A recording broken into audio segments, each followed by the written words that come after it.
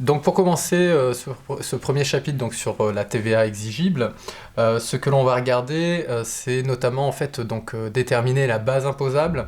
Donc vous savez que effectivement lorsque sur une facture on peut acheter plusieurs produits, il peut y avoir des frais de livraison, il peut y avoir toutes sortes de frais annexes aux produits que l'on vient d'acheter. Et simplement donc là en fait ce qu'il faut que l'on sache c'est quelle base imposable calculée pour ensuite appliquer notre taux de TVA. Donc vous allez voir que on va pouvoir donc déterminer cette base imposable via ce cours, et vous verrez que il y a des éléments à prendre en compte dans cette assiette, et il y en a d'autres qui ne seront pas à prendre en compte, et on verra donc justement les spécificités. Pour déterminer cette base imposable, vous avez donc sur le cours tout un tableau qui retrace un petit peu les règles générales de la base imposable. Donc notamment vous avez les frais de transport, vous avez les compléments de prix, vous avez les frais fiscaux, vous avez donc également donc les pourboires et les frais payés par le client à un tiers. Donc simplement pour les compléments de prix, donc comme les intérêts de délai de paiement, ils seront eux compris dans la base imposable. Donc effectivement lorsque j'achète par exemple, je sais pas, on va dire une télé, et que j'ai des compléments de prix donc par rapport à des intérêts de délai de paiement parce que le fournisseur me donne un certain délai de paiement, eh bien ces frais annexes devront être intégrés à la base imposable pour ensuite calculer notre taux de TVA. Donc ça vaut pour le complément de prix, mais ça vaut donc pour les frais de transport également. Donc les frais de transport ils seront imposés eux donc si la vente bien sûr est réalisée donc aux conditions de départ. Alors aux conditions de départ, qu'est-ce que ça veut dire? C'est simplement que la marchandise dès qu'elle quitte le magasin du fournisseur, eh bien, il n'a plus du tout la responsabilité de cette marchandise-là, et donc du coup, en fait, à partir du moment où la marchandise quitte son magasin, eh bien,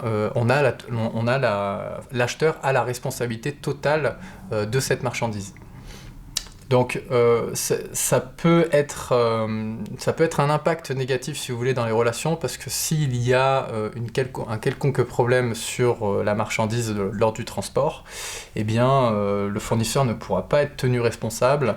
Donc voilà, ça pose ce genre de problème là. Ils seront donc effectivement, les frais de transport donc complètent cette assiette imposable s'ils sont séparés, s'ils sont facturés séparément. Ensuite, donc, vous avez tous les frais fiscaux. Les frais fiscaux, alors là, on sera plus sur des produits, sur des produits un petit peu spécifiques comme le gaz, l'électricité, le pétrole, tous ces genres de choses-là où on a des frais annexes. Ces frais fiscaux-là, donc par rapport en fait surtout à ces ressources naturelles, eh bien on va devoir donc les prendre en compte dans notre base imposable. Donc il n'y a pas que le bien que l'on va acheter, mais il y a bien aussi bien sûr les taxes qui viennent s'ajouter sur ces ressources naturelles. Donc pour les pourboires, donc ils sont exonérés de TVA uniquement en fait si c'est à la main du client. Donc ça veut dire que si c'est volontaire de la part du client, le pourboire est totalement exonéré de TVA. Par contre, si ça émane du vendeur, eh bien forcément les pourboires devront rentrer dans le prix, et c'est comme une majoration de prix dans ce cas-là. Également, lorsque l'on passe donc un contrat avec un sous-traitant, effectivement, eh bien toutes les facturations que l'on aura envers ce sous-traitant, donc même s'il s'agit d'un tiers, eh bien ils seront compris dans la base imposable aussi pour calculer donc ce taux de TVA. Ensuite, donc vous aurez des éléments à exclure, notamment comme donc le remboursement de débours. Le remboursement de débours, donc c'est le fait pour un fournisseur d'avancer des frais pour son client. Il avance donc ces frais-là, il les refacture à son client, et effectivement, eux, ils seront donc totalement exonérés de TVA parce que c'est le client final qui va les payer, et ce client final est non assujetti, d'où la relation donc de l'exclusion de cette TVA. Pour les frais à la charge du client, eux aussi seront donc également exonérés d'intérêt de TVA. Je parle notamment en fait justement des intérêts de crédit. Les intérêts de crédit, donc comme vous le savez, vous remboursez donc un capital. avec les intérêts, et bien pour la banque, lorsqu'elle doit déclarer elle sa TVA, et bien la banque n'a pas de TVA à déclarer sur ses intérêts. Donc concernant les opérations soumises à des règles de base imposables particulières, vous retrouverez donc un tableau qui retrace un petit peu tous ces éléments dans le cours.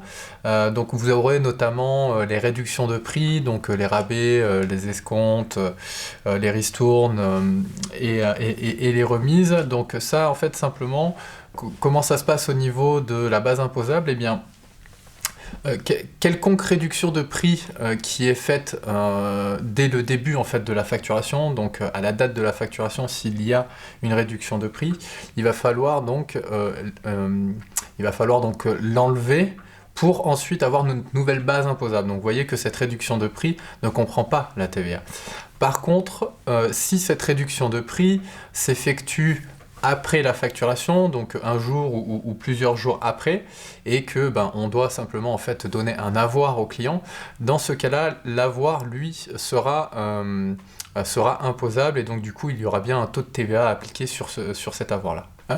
Ensuite, donc vous aurez les commissions. Donc les commissions, c'est des rémunérations qui sont accordées aux intermédiaires. Donc je pense notamment, en fait, si vous voulez, des choses qui se font beaucoup, comme des courtiers par exemple. Donc le courtier qui lui agit avec un mandat, bien forcément, toutes les facturations qu'il aura à faire seront soumises à TVA. Ensuite, vous avez encore un autre exemple, mais qui est différent, ce sera celui des intermédiaires, par exemple en galerie d'art, qui donc agissent pour le compte d'une personne, et qui vont donc acheter la marchandise pour cette personne, et puis ensuite lui la revendre.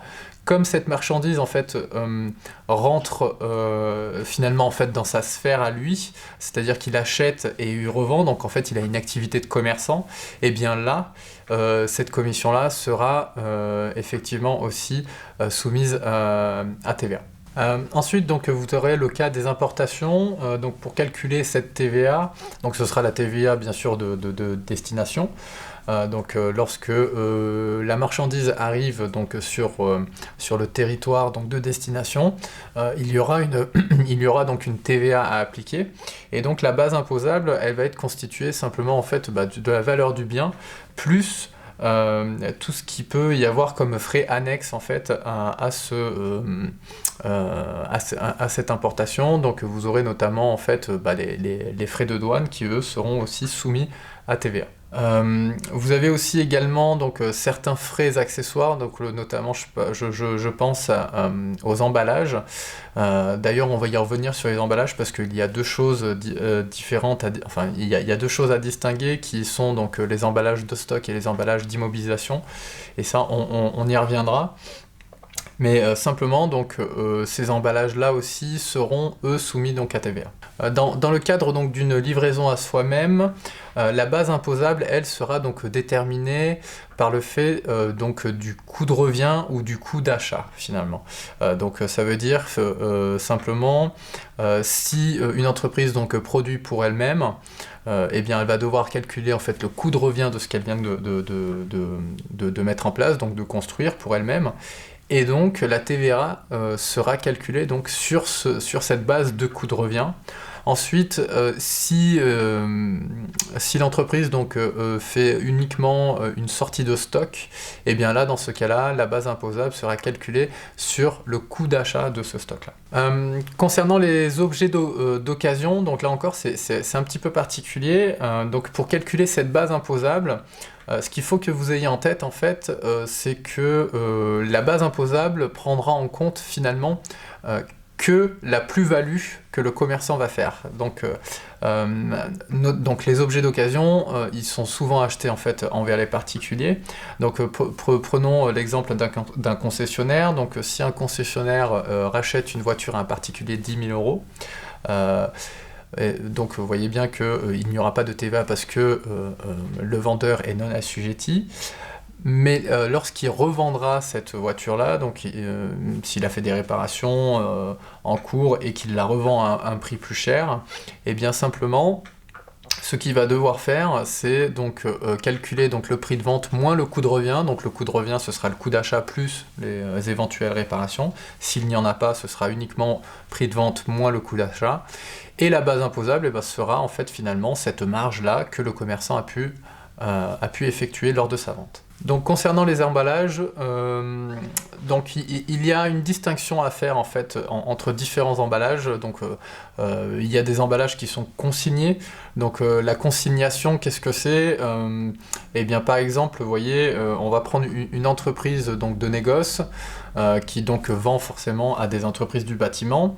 Ils vendent des choses par palette souvent. Eh bien les palettes, elles sont consignées. Elles sont consignées et en plus de ça, elles ont un numéro d'identification. Donc comme ces emballages, donc c'est considéré comme la palette est considérée comme un emballage, eh bien elle sera facturée au client. Donc si le client donc retourne cet emballage-là, donc sans avoir donc, mis en péril, on va dire, l'utilité de cet emballage, eh bien il n'y aura pas d'imposition à la TVA. Donc simplement, elle sera facturée hors taxe. Donc par exemple, les palettes, elles sont facturées 20 €. Donc dès que vous la ramenez, on vous rend ces 20 € et ce sera des 20 € hors taxe. Maintenant, donc ça c'est concernant les emballages d'immobilisation, donc qui ont un numéro de série. Les emballages de stock, c'est simplement en fait les emballages donc, qu'on ne peut pas identifier, qui n'ont pas de numéro de série, mais qui sont réutilisables. Donc ça, il y a un exemple qui est assez concret, c'est eh bien toutes les bouteilles en verre de Coca-Cola et qui se retrouvent en fait dans les bars. Simplement l'industrie Coca-Cola avance donc ces emballages pour ces bars-là, et les bars redonnent donc ces emballages. Donc ils sont considérés comme du stock, simplement parce qu'il n'y a pas de numéro d'identification pour ce verre-là. Concernant après donc pour la distinction est faite donc entre les emballages d'immobilisation et de stock, mais après pour le calcul donc de cette base imposable, il est exactement le même pour les deux. Donc comme je disais auparavant, vous avez donc un emballage, si vous le rendez en bon état, donc il n'y aura pas de TVA. Si la déconsignation en fait se fait à un prix inférieur, simplement parce que le produit, enfin l'emballage est un peu désuet, et bien ce sera la différence en fait entre le prix de vente, la facturation initiale de cet emballage et la déconsignation à un prix inférieur. Donc ce sera en fait l'écart qui sera lui imposé à la TVA. Si il se trouve, parce que ça existe, si une entreprise du bâtiment ne rend pas la palette qui lui a été facturée, et bien simplement elle sera facturée par le client comme étant une cession, et dans ce cas-là, l'entreprise du bâtiment ne retrouvera pas ses 20 € parce qu'elle a gardé la palette, mais en plus de ça, elle devra payer cette fois-ci la TVA. Donc vous retrouverez également tout un tableau donc, retraçant donc, les 4 taux différents donc, en France. Ceux-là, vous les avez déjà vus, si vous voulez, en fait, lors du cours précédent, mais c'est toujours bien de faire un rappel, et en plus de ça, vous aurez un peu plus d'opérations, un peu plus d'opérations décrites sur des taux intermédiaires ou des taux réduits. Donc maintenant passons au fait générateur et à l'exigibilité. Donc effectivement il y a une distinction à faire entre les deux, et cette distinction c'est ça qui va donner finalement en fait la date à laquelle on va devoir payer nous notre TVA. Le fait générateur. Donc le fait générateur, on verra encore une fois par la suite via un tableau, puisqu'il y a des différences à faire entre des ventes de marchandises et des prestations de services. Mais simplement, donc, pour avoir votre définition assez globale de la chose, donc le fait générateur, ce sera simplement en fait le fait que l'on achète, en fait, donc à partir du moment où il y a un acte de vente, eh bien c'est considéré comme un fait générateur. Donc le fait générateur est simplement l'acte de vente. La date d'exigibilité, elle, eh bien ce sera la date à laquelle l'entreprise devra payer sa TVA par rapport à tous les achats qu'elle a pu faire. Donc cette distinction-là, on va la voir un petit peu plus précisément donc, via les tableaux suivants. Donc vous voyez que concernant les biens, donc le tableau 4, voilà, si on commande donc, le tableau 4, vous verrez que le fait générateur et l'exigibilité, donc bien sûr, sont différents et elles ont des dates différentes. Donc comme expliqué un petit peu auparavant, donc pour les livraisons de biens, Vous aurez donc le fait générateur, c'est simplement la livraison du meuble, d'accord? Donc à la livraison du meuble, enfin la livraison ou la délivrance du meuble, c'est le fait générateur. Et l'exigibilité, ce sera la délivrance du bien. Donc c'est la même chose, donc en fait là, ce sera le fait générateur et l'exigibilité ont exactement la même date. Concernant les prestations de service, là ce sera un petit peu différent, puisque le fait générateur ce sera en fait l'exécution du service, et l'exigibilité ce sera donc les encaissements, sauf s'il y a une option pour les débits. L'option pour les débits, qu'est-ce que c'est? Alors, quand on vous dit option pour les débits, il ne faut pas que vous pensiez à la trésorerie, il faut que vous pensiez en conditions comptables. Donc ça veut dire qu'on va venir débiter des comptes ou créditer des comptes. Donc c'est vraiment cette manière-là que vous devez donc comprendre. Et comme vous le savez, lorsqu'on débite un compte client, eh bien c'est parce que ce client-là aura une créance envers nous. Donc simplement pour le fait générateur donc, de ces prestations de service, vous aurez donc, comme j'ai dit, l'exécution du service ou des travaux réalisés, et l'exigibilité sera donc à l'encaissement de ces factures ou option pour les débits. Donc en fait, option pour les débits, comme je vous ai dit, c'est de manière comptable. Ça voudra dire que à partir du moment où en fait j'inscris la créance moi dans ma comptabilité, eh bien l'exigibilité de la TVA sera en fait égale à l'inscription dans les comptes comptables. Donc vous voyez que vous n'avez pas encore reçu de trésorerie de la part de votre client, mais vous devez déjà vous acquitter de cette TVA. Lorsque c'est pour bien sûr les options pour les débits. Concernant donc les importations, le fait générateur et l'exigibilité, ce sera exactement le même cas, donc ça voudra dire simplement en fait à la date du dédouanement, et à la date du dédouanement, eh ben, il y a le fait générateur et il y a l'exigibilité de la TVA. Donc finalement, c'est lorsque le produit est dédouané qu'il y aura une exigibilité de la TVA. Pour les acquisitions intracommunautaires, donc, vous avez donc le fait générateur. Le fait générateur donc, est considéré un petit peu comme une livraison de biens, donc ce sera à la délivrance du bien. Et par contre, l'exigibilité, donc lors des transactions intracommunautaires, il devra être, lui, réglé lors du 15 du mois suivant le fait générateur. Et à part si on reçoit donc la facture avant le 15 du mois suivant, donc si on le reçoit par exemple, si on reçoit la facture le 10, et ben dans ce cas-là, l'exigibilité de la TVA sera le 10. Si je reçois la facture le 20, alors que j'ai acheté le mois dernier, eh bien l'exigibilité sera au 15. Concernant la livraison à soi-même, eh bien simplement le fait générateur et l'exigibilité ont exactement les mêmes dates, donc ce sera à la première utilisation du bien. Et concernant donc l'acquisition de terrain à bâtir, donc ça c'est les contrats VFA, les ventes en état futur d'achèvement, et bien cela, le fait générateur et l'exigibilité répondent à la même date, et qui est tout simplement en fait la rédaction de l'acte notarié. Donc ça veut dire que lorsqu'il y a transfert de propriété, c'est à ce moment-là que le fait générateur et l'exigibilité sera appelé. Concernant le cas des ventes de biens meubles, donc bon ça c'est relatif en fait aux livraisons, donc simplement l'exigibilité et le fait générateur sont constitués par la livraison, donc par la délivrance du bien. Et même s'il y a une clause en fait dans ce contrat de vente comme une réserve de propriété, eh bien qu'importe la cause, on aura toujours de toute façon le fait générateur et l'exigibilité à la délivrance du bien. Donc concernant les cas de prestation de services et des travaux immobiliers, comme on a pu voir en fait précédemment, vous avez donc le fait générateur qui lui en fait répond donc à la date de l'exécution des services, et l'exigibilité se fait donc à l'encaissement. Vous voyez, donc par exemple si avant même de faire des travaux ou avant la vente d'une prestation de service, si vous demandez un acompte, et bien là vous voyez que comme vous allez encaisser un acompte, eh bien vous allez avoir une exigibilité avant même que les travaux ou la prestation soient commencés.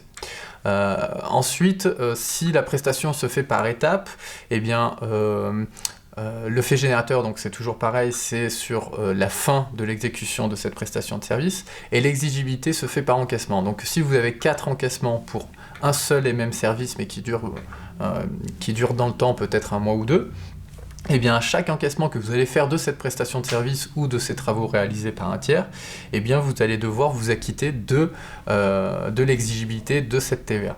Concernant donc les prestations de service, il y a une option que l'on peut tirer, c'est l'option pour les débits. Donc, comme je vous l'ai expliqué un petit peu auparavant, option pour les débits, c'est tout ce qui est relatif donc au compte client. Donc, ça veut dire que il faut avoir il faut avoir une réflexion comptable en fait au niveau de l'option pour les débits, parce que simplement c'est lorsque vous allez débiter le compte de votre client, donc lorsqu'il y aura une créance, c'est là qu'il y aura l'exigibilité. Avant même que la prestation de service soit terminée ou qu'elle ait débuté, si vous avez fait une option pour les débits et que vous avez facturé, eh bien forcément ce sera à la date de facturation qu'il y aura l'exigibilité et non plus à la date des encaissements. Donc concernant les affaires impayées et annulées, là encore en fait il y a une distinction à faire, simplement sur le fait que vous avez le droit donc de demander le remboursement de la TVA, donc lorsque vous avez par exemple collecté une TVA sur une prestation que vous avez effectuée, et que ce client n'a pas payé et qu'il ne paiera pas durant les prochaines années, et donc du coup ça vous fait une perte sèche finalement, eh bien la TVA, on est d'accord que vous l'avez déjà vous payé, parce qu'il y a eu le fait générateur qui répondait à cela, mais vous n'avez jamais eu ces encaissements-là. Et donc simplement là vous pourrez demander donc au fisc le remboursement de la TVA que vous avez avancé d'une facture qui n'a jamais été payée, et vous avez donc 2 ans, donc 2 années entières pour demander ce remboursement de TVA. Donc ce qui veut dire que si vous effectuez une prestation au 31 décembre de l'année N, vous avez jusqu'au 31 décembre de l'année N plus 2 pour simplement en fait demander ce remboursement-là. Si vous demandez par exemple si maintenant on prend la date donc au 1er janvier ou au 2 janvier, eh bien pour demander le remboursement donc de cette TVA, eh bien vous aurez jusqu'au 31 décembre de l'année N plus 2. Donc vous voyez, ça fera là quasiment 3 ans finalement. Donc vous retrouverez aussi effectivement donc une synthèse de tout ce qui vient d'être dit, donc concernant en fait l'exigibilité, le fait générateur et l'exigibilité en fait de la TVA.